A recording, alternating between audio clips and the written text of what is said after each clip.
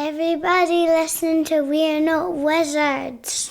Because we are the best. And we're not wizards. No matter what anybody says. Goodbye.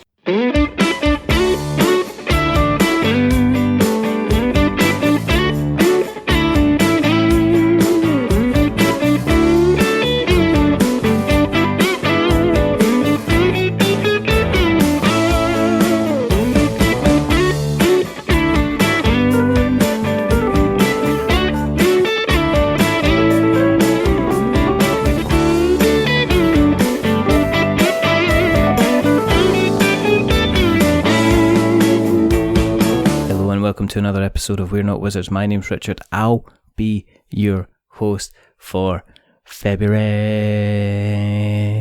Now, February can be seen in a couple of different ways. By February, you'll realise how your New Year's resolutions have gone. You'll start to assess how that first month has passed. You'll maybe consider changes to your routine. You may decide, look yourself in the mirror every morning, look yourself up and down, realise you have to do something different. Potentially consider that today is the day you're going to start working out. Oh no.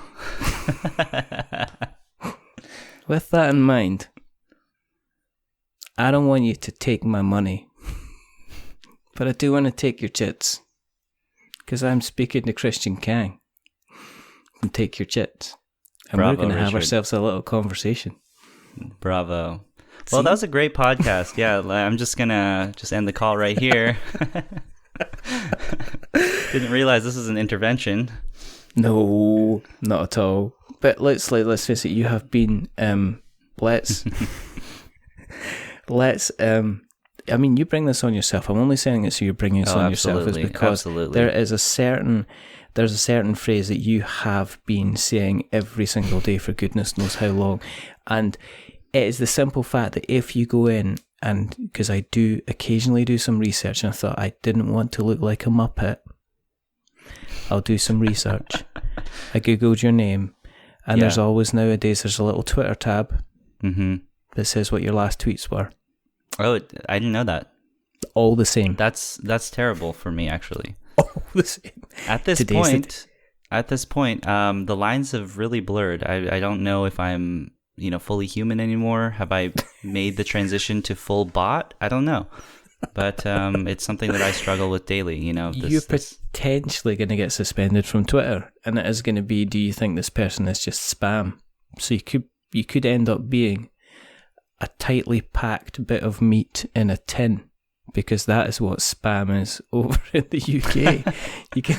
you can look it up. It's when people say spam anywhere else, it's like, well, that's just useless mail that I get, or it's just stuff that, it's just stuff that's a robot or something that's just, it's no good to us. Whereas over here, and you can Google it, spam is a tasty meal.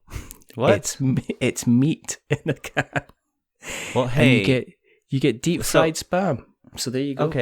Okay, yeah. So I might be of the minority here, but I actually really like spam. Not like internet spam. I'm talking about spam in a can. Of course, I never eat it straight out of the can, or at least not publicly where other people are. But it is. I think it's delicious. There's like a Hawaiian food called the spam musubi, which is basically just sushi with like rice with spam on top of it and grilled in teriyaki sauce.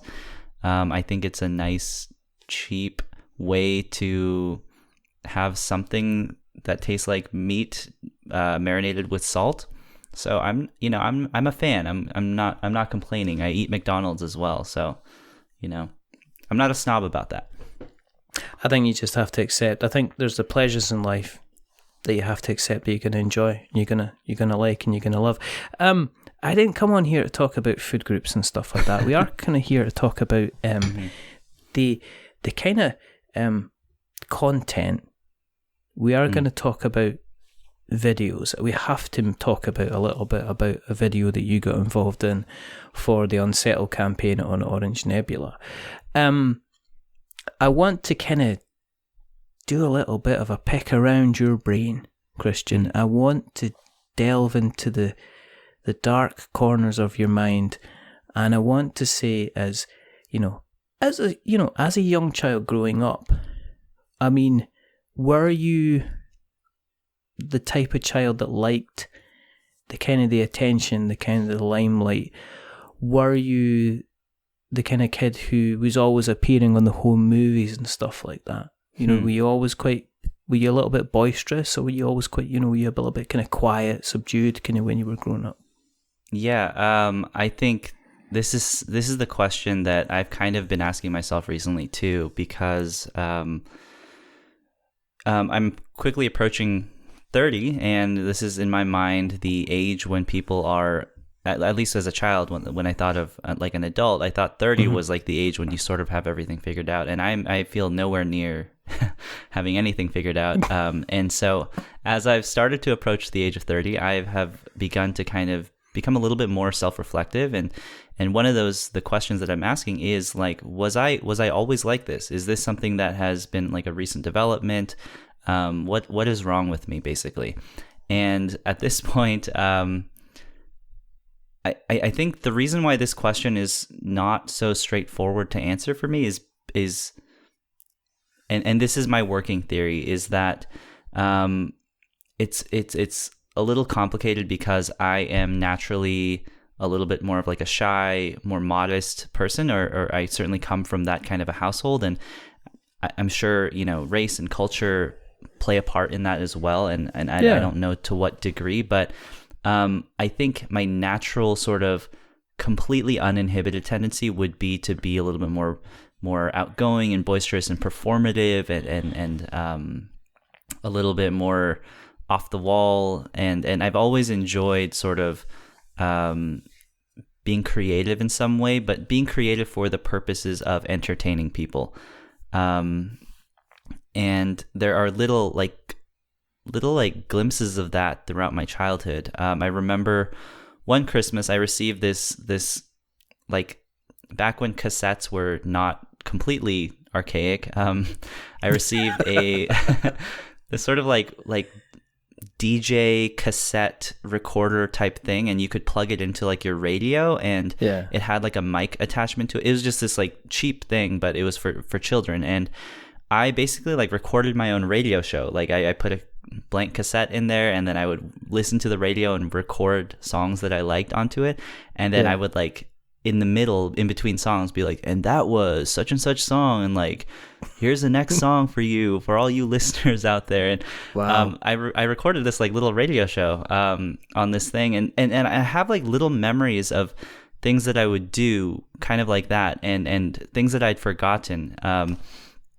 And so I think I've always sort of been like that, but it hasn't maybe shown up in a way that maybe some other entertainers it shows as explicitly or obviously in other entertainers. Yeah, I think you have memories when you're younger of how you think you were. And then as you get older, you go, actually, as you become more acceptance of yourself, I think you get to go, actually, I am just like that. I am the type of person that, if I ever am at a business meeting and it's a room of like 15 people, when we walk away 2 hours later, everybody kind of knows my name, because I've always kind of been, not ridiculous, but I've always kind of been quite out there and vocal. And then there's parts of me that will get in the car and go, why did you have to be out there and vocal? Why weren't you just being normal, like kind of quiet and kind of everything else? And I think when you get to even older, you start to do a little bit of an acceptance, and you either go down the stubborn route and say, well, I'm never going to change because I've always been like that, or you kind of accept, well, I am kind of like that, but there are kind of certain things that you can kind of do. Were you the same in school then? I mean, has this always been a kind of thing? Because you saying, I was like to think I was kind of quiet and stuff like that, but then, I recorded an entire radio show kind of thing. That's like, it's like saying, did you like Lego? Well, I did make an entire replica of Paris when I was 7. kind of thing. But I mean, did that then show itself again, kind of through education and things like that as well? I mean, were you kind of like taking part? Were you like a drama type person and stuff like that? Did you do the acting? Did you take part in the kind of the musical stuff at school and things like that too? I was always a fairly decent student up until I would say like the beginning of high school, and part of that, but I think it wasn't because I loved school or anything like that, or I certainly didn't have like the stereotypical Asian parent sort of pressure. However, I think I think I did well in school because it was, for me at least, it was fairly easy up through middle school. At least that was my experience. And then when high school came around, it was a lot harder. It was more serious. People were thinking about going to college and how, it was just a lot more. And so you couldn't kind of just sort of like ride the wave all through school, at least for me. And and so I think when I think back on how I was in the United States education system here in Washington State, I've always sort of, I think I always enjoyed learning, and I've always tried to express myself creatively through whatever activity I've done. If there's a book report that we had to do, like in elementary school, I would write like a story to go along with it, or if there was some sort of like a presentation I'd have to give, I would always provide some sort of like a visual reference. I would draw a picture or a diagram or something. And so there was always these little ways that I was being creative. However, I think as I was being pushed through this school system, what I'm realizing now is that I really didn't like the structure of it. And it was just a little bit too, it felt too inhibiting for someone like me who is much more of a free spirit, very, very creative, and sort of like I feel like I'm like a non-linear thinker. So I think that's one of the reasons why I didn't want to take like art class in high school, or do drama or band or whatever. I did end up doing band just because you got to go on amazing trips across the United States to these band festivals, which are really just excuses to go to like theme parks and hang out with your friends and stuff. And so I was plugged into the music community at my school in high school, and I was, but I spent a lot more time in my rock band that I had in high school, and we would play at school assemblies. I remember, this is how bad of a student I was, and how much I hated school. I want to hear this. Yeah, so I believe it was a paper or a test or something due during the week, and I was not prepared for it in the slightest. And in order to, give myself a little extra time to study, I had my mom sign a note saying that I was sick. So I was basically sick for that entire week, or, quote unquote sick, and didn't show up to class so that I could take the test at a later time. However, there was a spirit assembly that was happening at the end of that week, and my band was supposed to play at that assembly. And so, of course, I skipped school and didn't go to class or anything, but I showed up for that assembly in order to play it, because I loved music and I loved the band and everything. Probably not the smartest move in retrospect, and nothing really came out of it other than, nothing really. There was no real consequence for that. However, it just kind of shows where my mind was at as a student. Just not focused on school at all. I mean, what were you doing in the band? What did you play? Were you the player? Did you sing? What was it you did? Yeah, I was the front man. So I played the guitar, I sang, and I wrote all the music as well.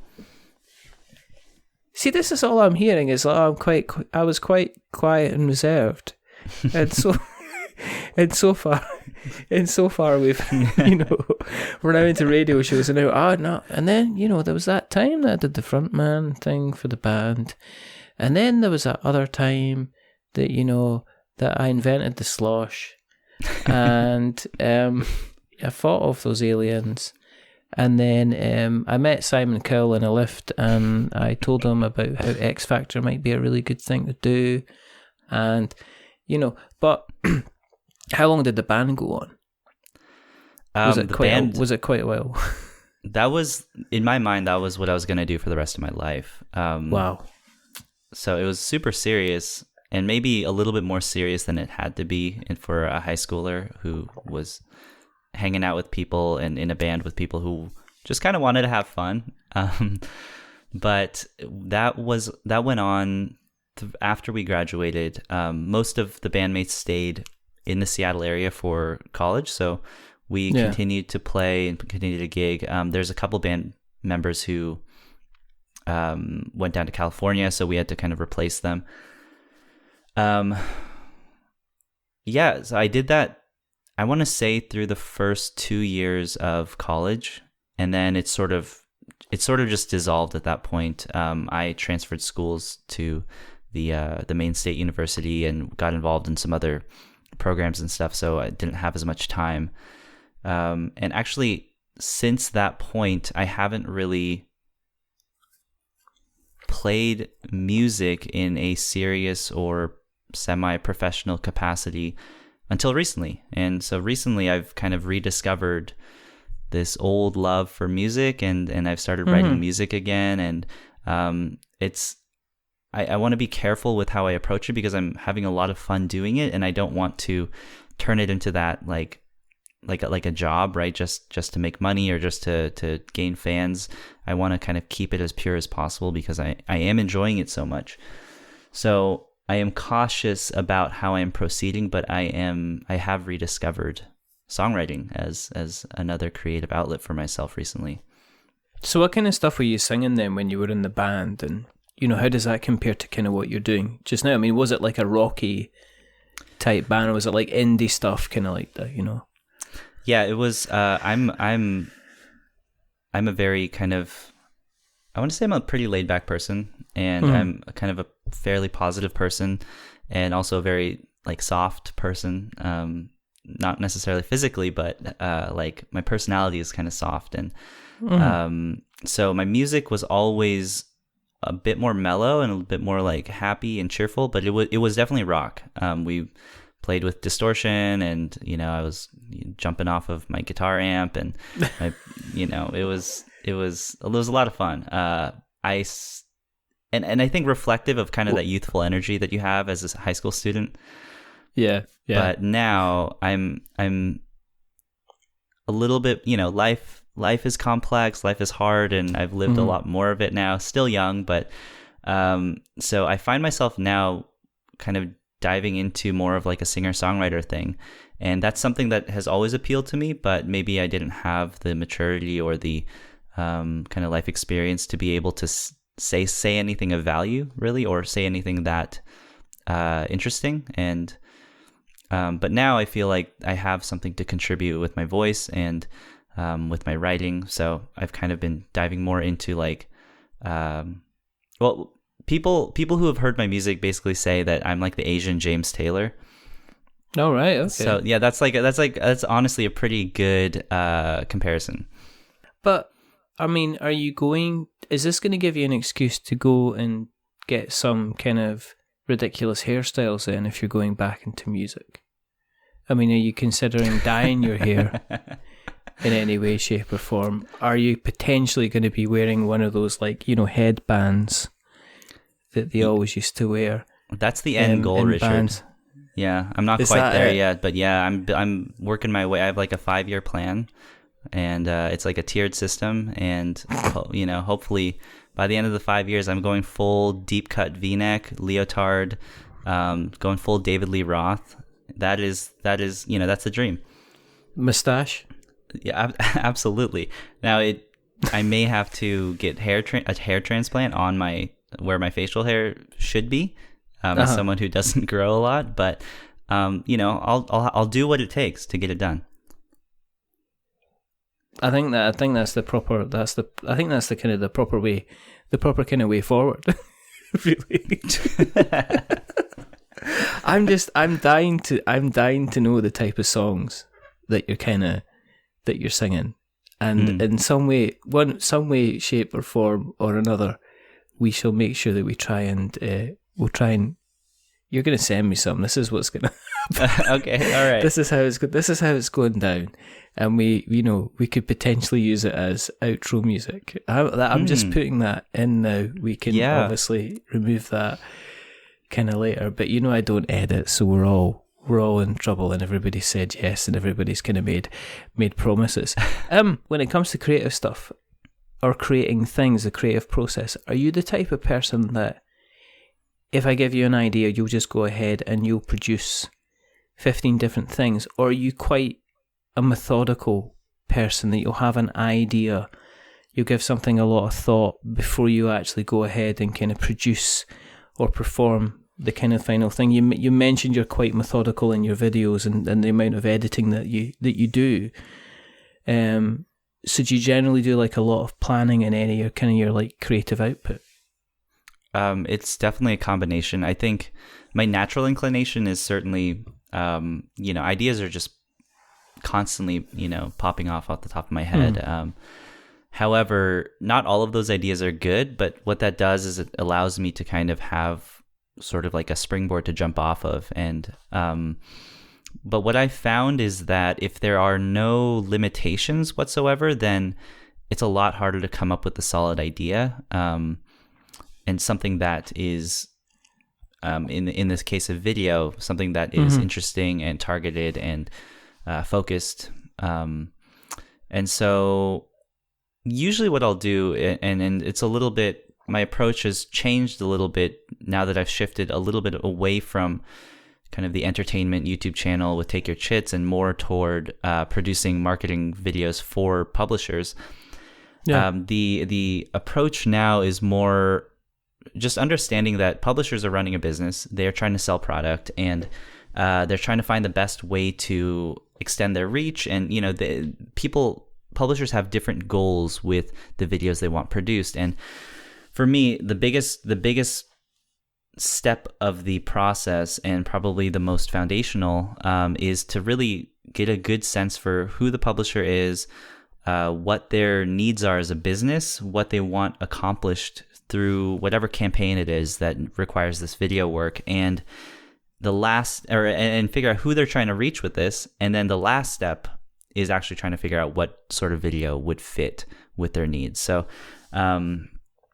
it is a little bit it's a little counter to the natural sort of like spontaneous idea creation and exciting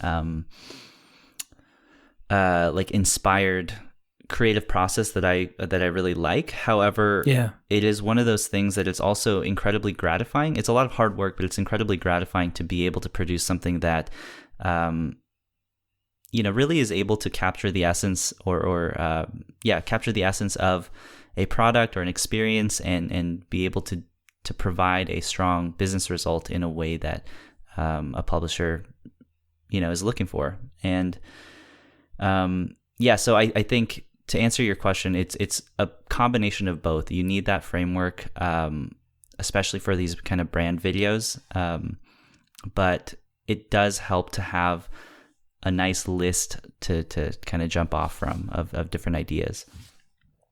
Is that what you do as a day job? Are you involved in kind of creative industries yourself on a day-to-day basis? So I come from I was in Seattle.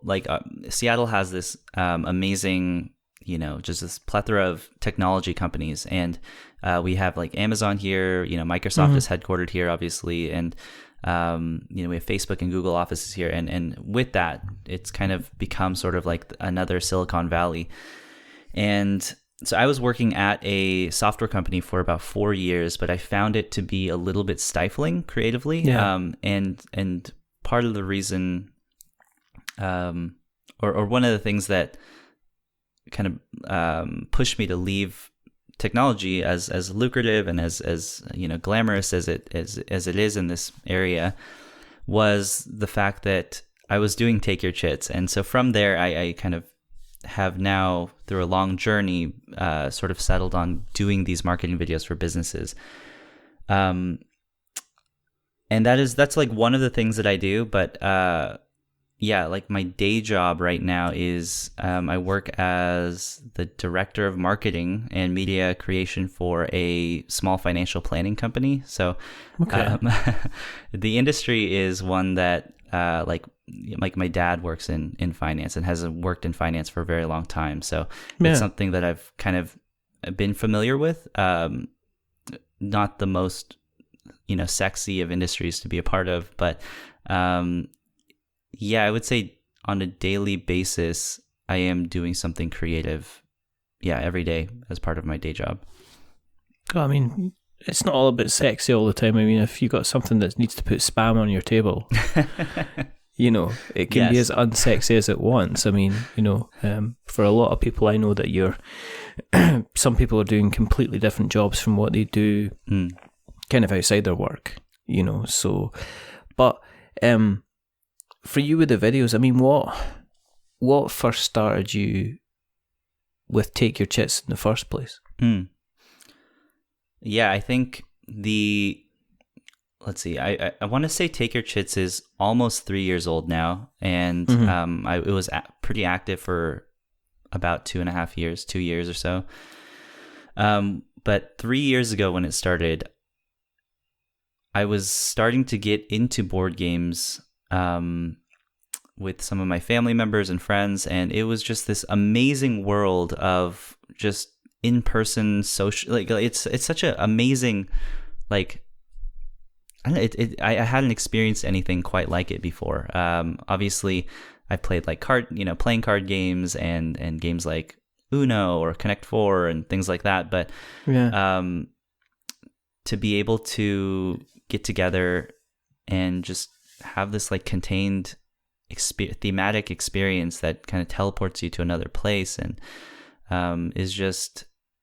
it was addicting, and I wanted more of it. And as I got deeper and deeper into the hobby, and I was researching more games to buy and trying to figure out what the next game would be for me to purchase for my group, I found that like the only videos that I was seeing that were really popular or that were popping up in the results were videos like the Dice Tower or these longer videos, longer form content that were sometimes even like 25 minutes long, and just people, no edits, just talking in front of a bookshelf full of games. And the landscape of media in board gaming has changed dramatically since then, but I think when I first entered, there was just really no content that I was used to seeing coming from like a more mainstream YouTube place, a context. And so that just sort of got me thinking like, hey, I really like board games, and this is something that could be like a cool creative outlet for me, and I'm not seeing the type of content that I'm used to seeing. So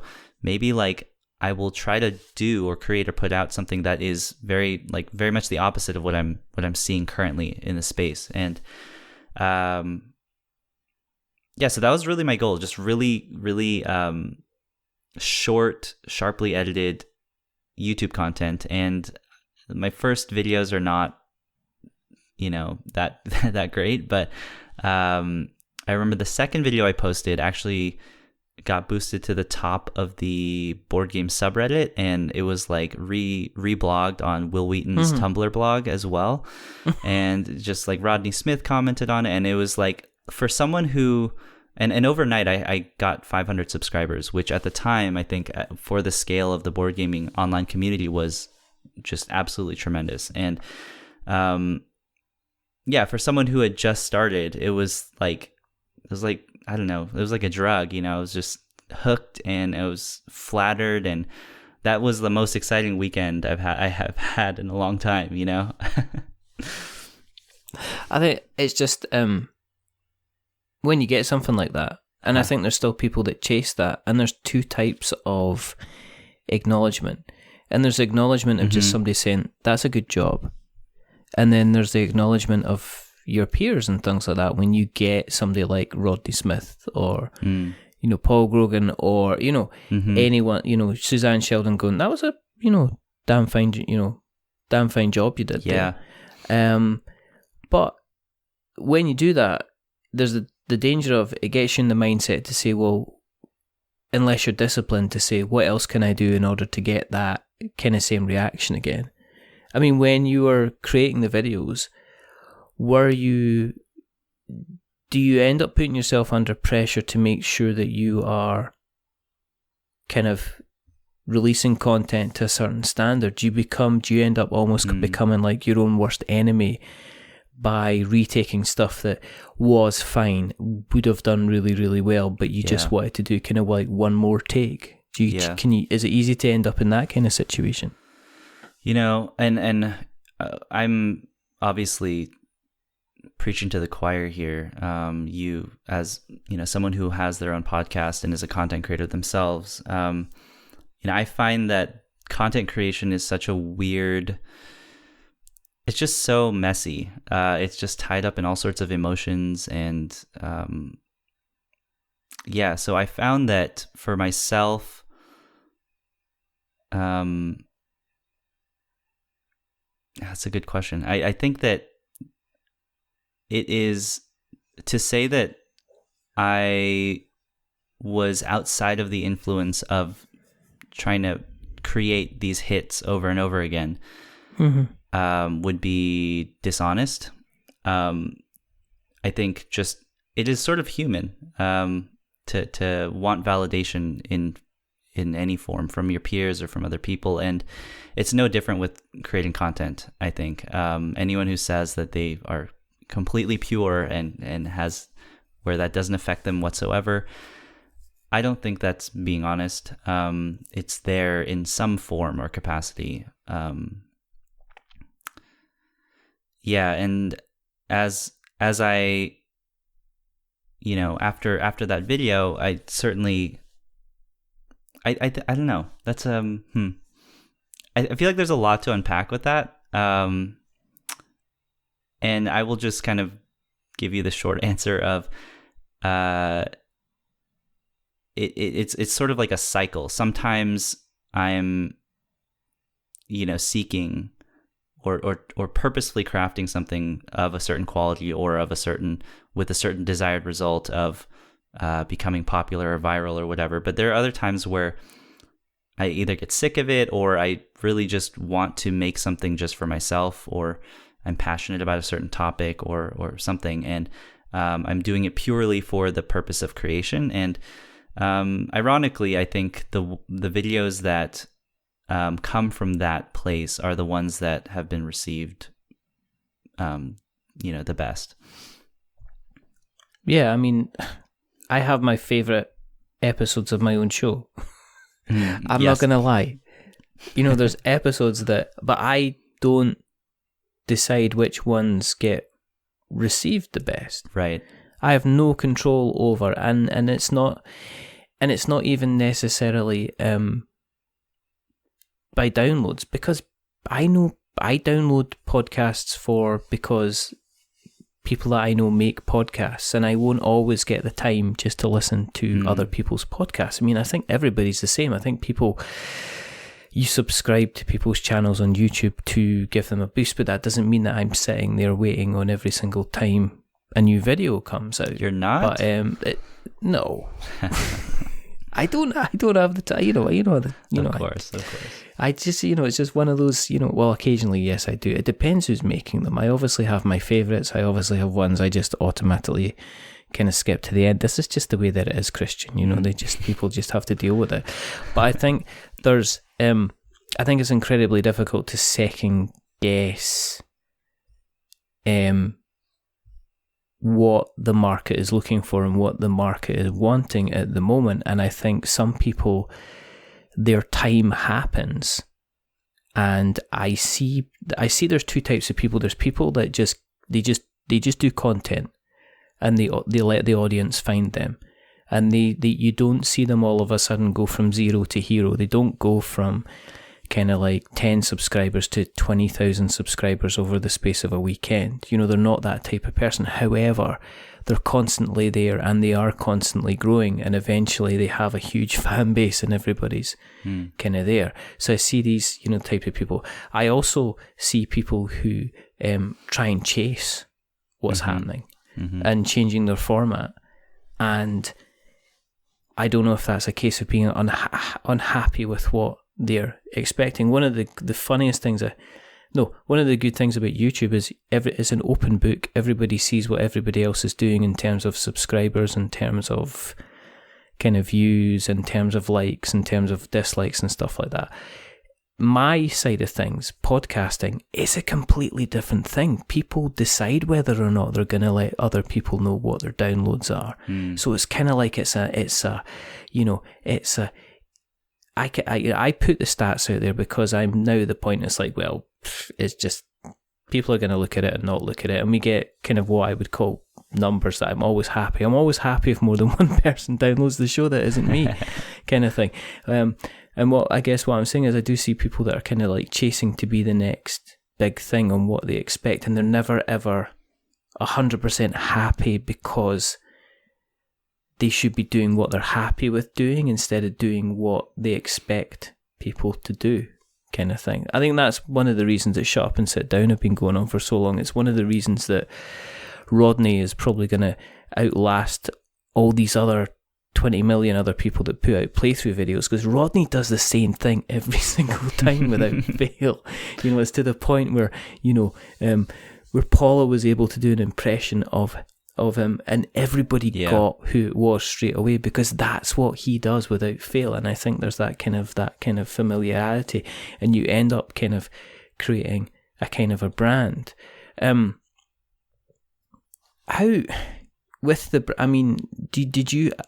back to what I was saying, the standards that you have, are there ideas that you have filmed with you've never ever uploaded, that you've just went, nah, this isn't up to scratch, I'm just going to leave this on the chopping room floor, kind of thing? Yeah, absolutely. I want to say probably a dozen videos that I haven't uploaded just because I didn't think they were that great. And I found that, I found, because kind of like what you're saying, with YouTube, it is an open book. Everyone can see everything, and it is an incredibly vulnerable thing where if you don't upload something that's good and it doesn't do that well, honestly, no one probably cares that much, but it feels like everyone cares. And and so there is, at least for myself, there was definitely this pressure to sort of, okay, I need to just continue to one up myself and do a better and better job, which is exhausting, and you get burnt out doing that. However, kind of through that process, there are a lot of videos too where I'll film part of it and the excitement will sort of die out because I'm like, oh, I need to film some B-roll for it, but I'll do it tomorrow or I'll do it the next day. And then, 2 weeks later, I'm like, okay, well, I'm not that excited about this video anymore. The initial sort of inspiration is gone and has died. So, the videos just never get uploaded. And there's also cases where I look back and I'm like, oh, why did I think that was good? There's just, the lighting was bad or the audio didn't work out or whatever, and it's too much of a hassle to kind of re-record it. I get that. I get that constantly. I mean, especially with videos, I've wanted to do so many little stupid videos because I'm incredibly funny. Yes, you are, and I am incredibly funny, and I know that, and and I know if I took to video, but my issue is it's exactly what you say. You've got to, and I was speaking to Emma Zaja, the Pointless Parrot podcast. She's fantastic, but she's like, I've got to go out and take a video right now and do it, and whether it turns out looks rubbish or not, I'm going to put the video out there for everybody to see it, because it's not necessarily the production values. Yeah, it's kind of the idea, making sure the idea's out. And my issue is that I'm very conscious of what I look like in video, and if I'm going to be putting myself in video, damn, I'm going to be lit well. I'm not going to be putting out just I'm going to be like, I'm ready for my close-up Mr. DeMille, that kind of thing, and like Gloria Swanson, and except with no hair, and but that kind of thing. And I see exactly where you're coming from, because at the point you're like, it's very there's an infectiousness with an idea, and if you manage to capture that idea in the moment, then people will take that and they'll say that's brilliant. But it's really, really difficult to keep that kind of energy up, especially if you're doing something on repeat for the third or fourth time. Yeah. And I think it's maybe why for me, and this is just me, podcasting will always work maybe better for me than doing video. Only because I know that if I said to you, I didn't like this bit, can we do it again? That's fine once.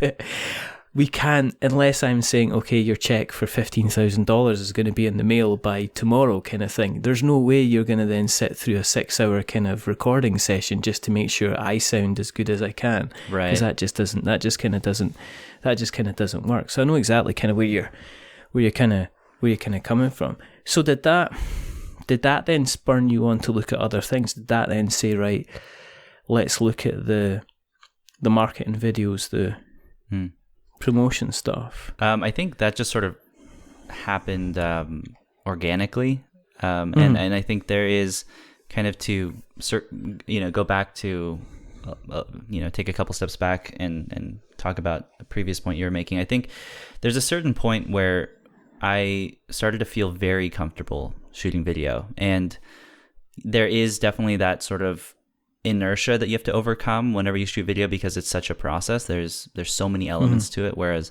with audio you're just looking at just the audio, right? And there's a lot you can do with that. However, with video, it's moving. You can have different camera angles. Lighting is something that you need to keep in mind, plus audio. And so I think, like I was saying, there's a certain point where I felt, okay, like I've got this. I kind of understand the fundamentals, and I've integrated them because of how many videos I've shot and how long I've been doing this, and just sort of the dedication that I've put into learning about this. And so now I'm at a point, clearly now, but there's a certain point where it wasn't so hard anymore, and the shooting a video didn't take that long. And the setup and all of the trial and error that comes with video making didn't take that long, because I sort of knew how to do things. And I think what it is, and this is what I tell a lot of newer content creators, or people who are frustrated with shooting video in particular, is that, like, you really shouldn't be that hard on yourself about it, because it is incredibly hard, and there's so many moving pieces and things that can go wrong, and so many links in the chain. And if any one of them is weak, then it's going to degrade the quality of the content. And and beyond just production value, right? Is the content itself good? Is it engaging? Are you telling a story that's interesting? Are you editing it in a way that is punchy and is delivering the message of your content in an effective way?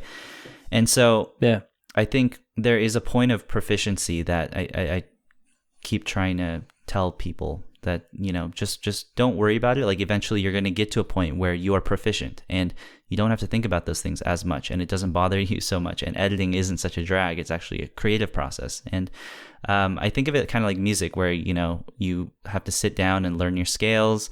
You have to work on your picking and fingering technique on the guitar, and at first it's really hard, and you have to practice for hours and hours and hours just to be able to play chords for one song.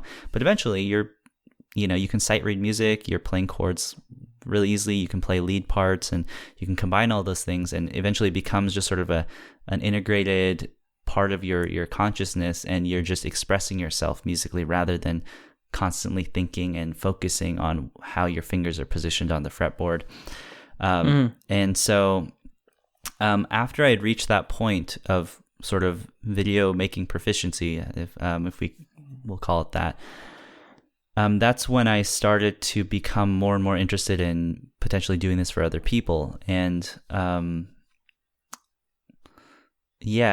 I had been getting some requests to do some branded videos for Take Your Chits for publishers, and kind of through that sort of process, and just having a network built up from doing it for a while, going to conventions and meeting people and stuff.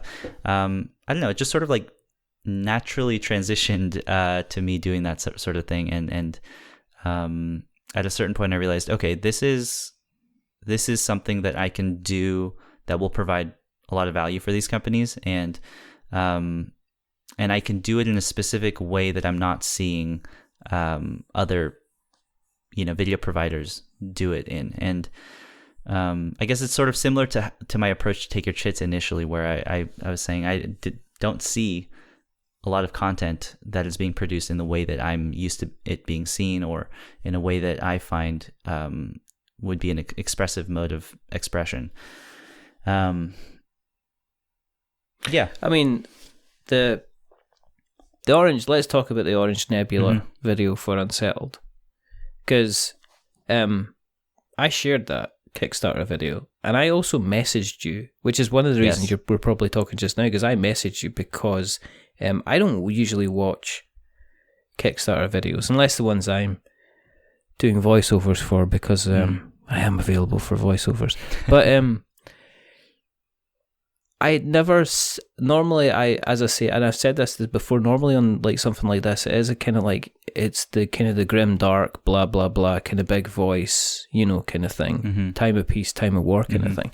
And then there was this kind of thing that came from left of field, and it started off by, there was no game. There was 3 people sitting around a table at the time, and I was like, all right, and the lighting was kind of completely different, and just the entire idea and execution was kind of like, I ended up watching the whole thing, which I must admit I don't usually do for Kickstarter videos, because as you said yourself, they're a bit of a, with the best will in the world, it's, if you're a Kickstarter creator, you've got 150 million things to do, and sometimes things just become a tick to get it off the list. Yeah, absolutely. And I know that for a lot of people, I know for maybe the bigger brands out there, the guys that, in some ways can have a video production department, for a lot of people, they are doing a video for Kickstarter because they've been told they've got to do a video for Kickstarter, and no other kind of reason. In terms of the Orange Nebula thing, was it who approached who? Did you go and pitch to them, or? No, I don't. So because, the company the video production company that I run is called TYC Creative.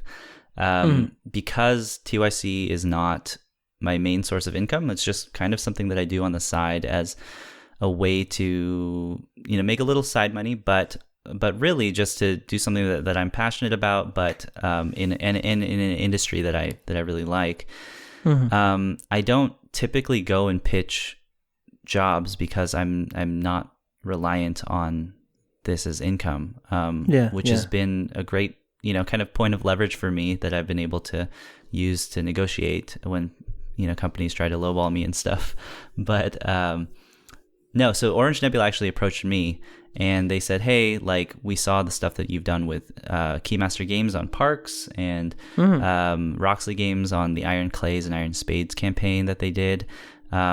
We think that it would be awesome to work with you, and we have this idea, and we want to see what you can kind of come up with, and so let's start talking and see if this would be a good partnership.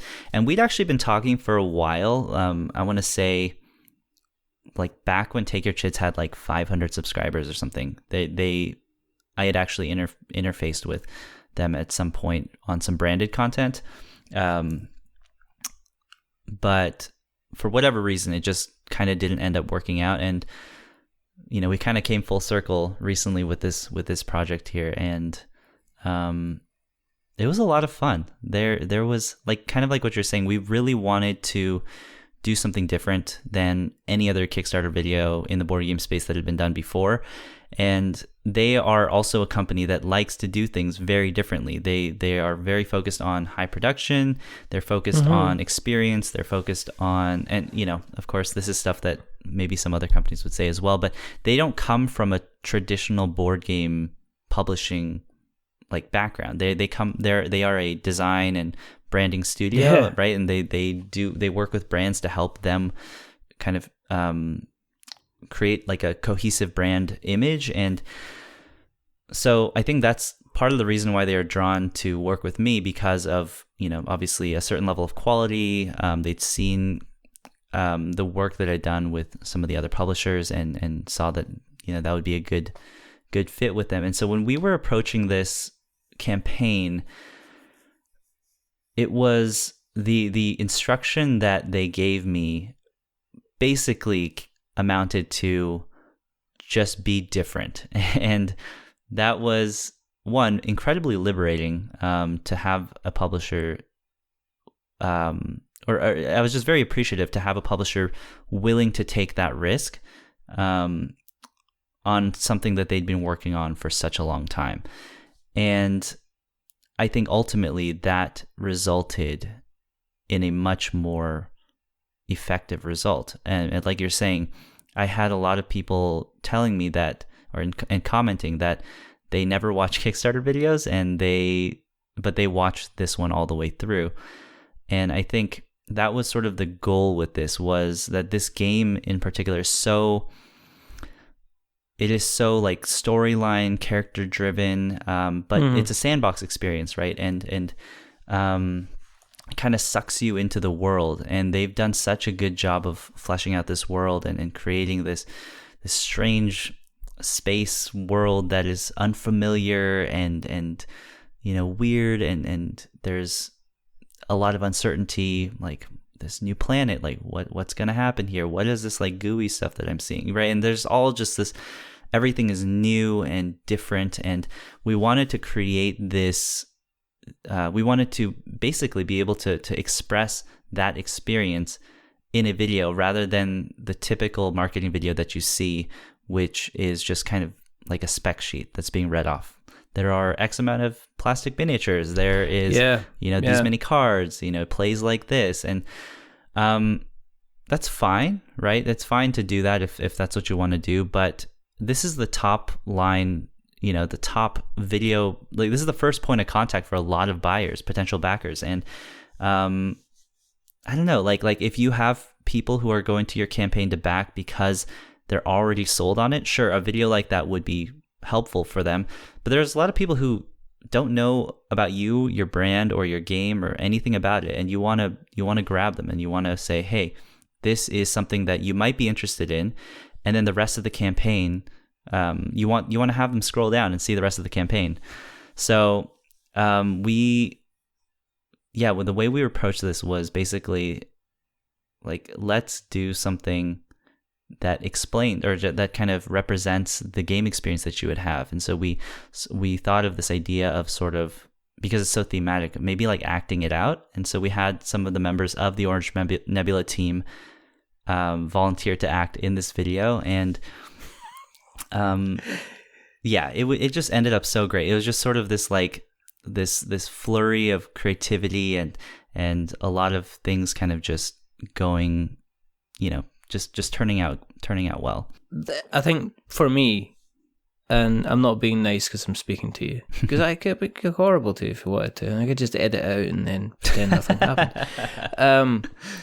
But it was the experience that I've not. It's very, very rare that you see, and I've spoken. This has come up quite a lot, Twitch streaming and stuff like that of games, kind of showing people as they're experiencing the game, as opposed to doing like a kind of a stilted, sterile playthrough. But this was a case of, it was Orange Nebula doing what they do best, which is kind of pushing the brand instead of the game. And kind of pushing about the experience, which was, this is the experience you could potentially have, and we're not actually even showing you really any of the components, which was mind-blowing at the time, because as you say, it is a very kind of a big kind of good spec sheet. Who came up with the idea for the titular line in the entire thing, which was, I love you, Oatmeal Dragon? That would be me, as I was frantically writing this 4 hours prior to the actual shoot. So the video idea that we ended up going with was not the one that we had originally planned. So it was just sort of in this. I mean, it is the creative process is so iterative and it is so non-linear. So I really do believe that all of the planning up until that point had kind of laid the foundation for this new idea to form. However, it was very unfortunate that I had stayed up till 3 a.m. Writing this thing because it popped into my head right before I was about to go to bed the night before the shoot. But yeah, it probably in a sleep deprived state. Yeah, actually, definitely because of my sleep deprived state, that line is kind of just what popped into my head. That was just funny. I just yeah. As I say, I know Mark. I know Mark very well. We share the same birthday. Oh, wow. And Tom as well. So yeah, it's kind of like one of those strange things. You meet somebody across the other side of the world and it turns out that you've got so much in common. It's ridiculous. But there you go. But yeah, that was the one line because I asked him, I says, who came up with that? And he says it was it was Christian came up with that. It was nothing to do with us. So it was pretty cool. It does feel on brand for them though. They're such a funny and quirky group. And that's why I had to ask the question because I listened to their podcast, the Outpost podcast, and it's just the type of thing that they would kind of come up with. But what about you, and what about the kind of the future? I mean, are you gonna go through? I mean, is this gonna be kind of like a different phase, a different stage? I mean, are you looking to make this into something more serious? Are you quite happy to say, look, I want a creative outlet where I can be creative, but I don't want to be staring at my medical insurance bill for this month and wondering how the hell I'm going to pay it because a gig fell through, kind of thing? Are you just looking at this saying, well, this allows me to do what I do? Yeah. And it's in some ways it's controlled by other people as well because they'll give you a brief, I guess. So is this where you're kind of wanting to kind of be? Yeah, I think kind of going back to the motivations for making content, which was a discussion we had earlier in this podcast, but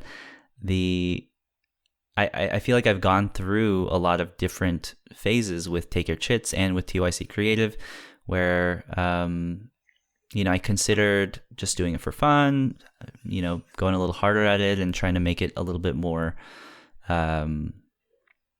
suitable to work with brands and maybe seeing if I could make it into something that provided a full-time income for myself and building it in that way. And so I've been on both sides of it, and I'm at the point now where, as I've said, I've become I'm sort of in this more self-reflective phase of my life, and while I'm in this phase, I've really come to value creativity for the pure exercise of just being creative without really any bounds on that, and that is something that, as I mentioned earlier, as I've reflected back on my life, like I've seen these instances where it is just such a integrated part of who I am. It is to separate being creative or entertaining people from me, or stifling that would be to just deny myself completely. And so, I really feel like I've come to like peace with that, and that I've started to accept that is who I am. And because of that, I also am accepting that maybe I don't want to be creative, purely for the purpose of making a living, or, for monetary compensation. Yeah. And so I still do TYC Creative, and I still run it because I still like working with brands, and I still love being able to provide that value for companies and elevate their vision and in what they're doing. And but for it, I have no real plans to like scale it up or hire more people, or at this point at least, and to make it into something much bigger than what it is right now. and I've been on both sides of it with that as well. My initial plan was to kind of make it into this big thing, but where I'm at with it now is sort of, just make things as they come and do a really freaking good job on them.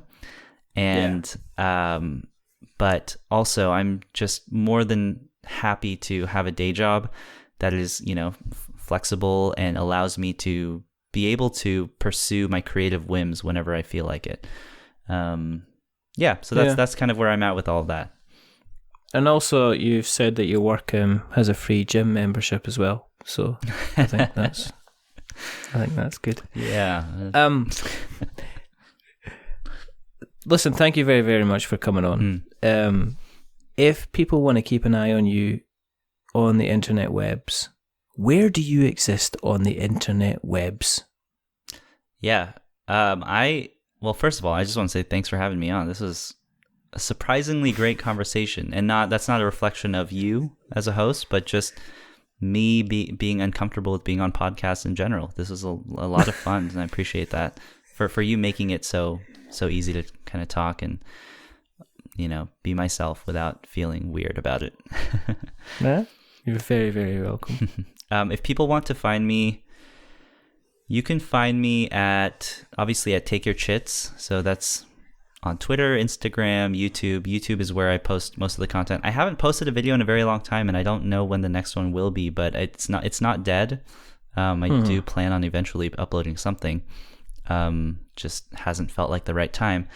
But currently I'm very much more active on my personal sort of creative stuff, and that is, you can follow me at CK in between, and I'm mainly active on Instagram for the time being, but a lot more YouTube content will be coming shortly. I'm working on a documentary actually about a recent trip that I took to Korea, which is that's my ancestral motherland, and it was my first time to Korea in my entire life, and it was a really just life-changing experience, something that I hadn't expected, and luckily I filmed a lot of that, so I'm kind of creating a documentary through using that footage. Cool. Yeah. Excellent. No, excellent. We will make sure that we put all those links in the show notes so that we have got notes to show. If you want to keep an eye on what we're up to, just go to the internet webs and search for We're Not Wizards, and you'll find us in all the different places and spaces and faces. If you like what you've listened to tonight, then tell someone else. Basically, that's how we spread.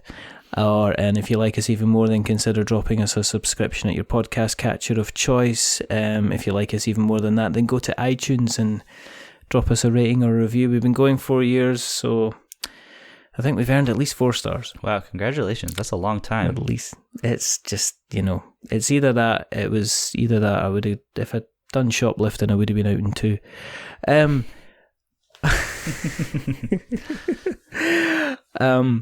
But there's only 2 more things to do. The first thing is to remember that we are many things, but we're not wizards. Christian, are we wizards? Oh, heck no. Absolutely not. Get out of it. You better watch, give us a couple of weeks, we'll be buff men ready to take you on. And the second thing is to say goodbye. I can't promise that. So it's a goodbye from Christian. Say goodbye, Christian. Goodbye. And it's a goodbye from me. Remember, stay safe, roll 6s, make something awful. And until the next time, goodbye.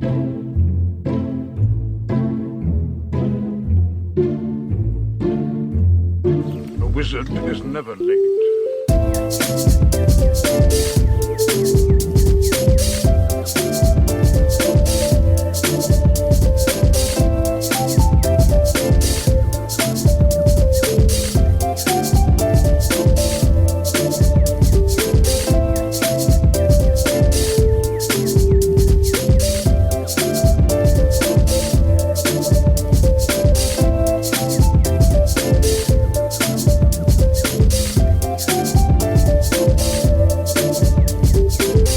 Nor is he early. He arrives precisely when he means to.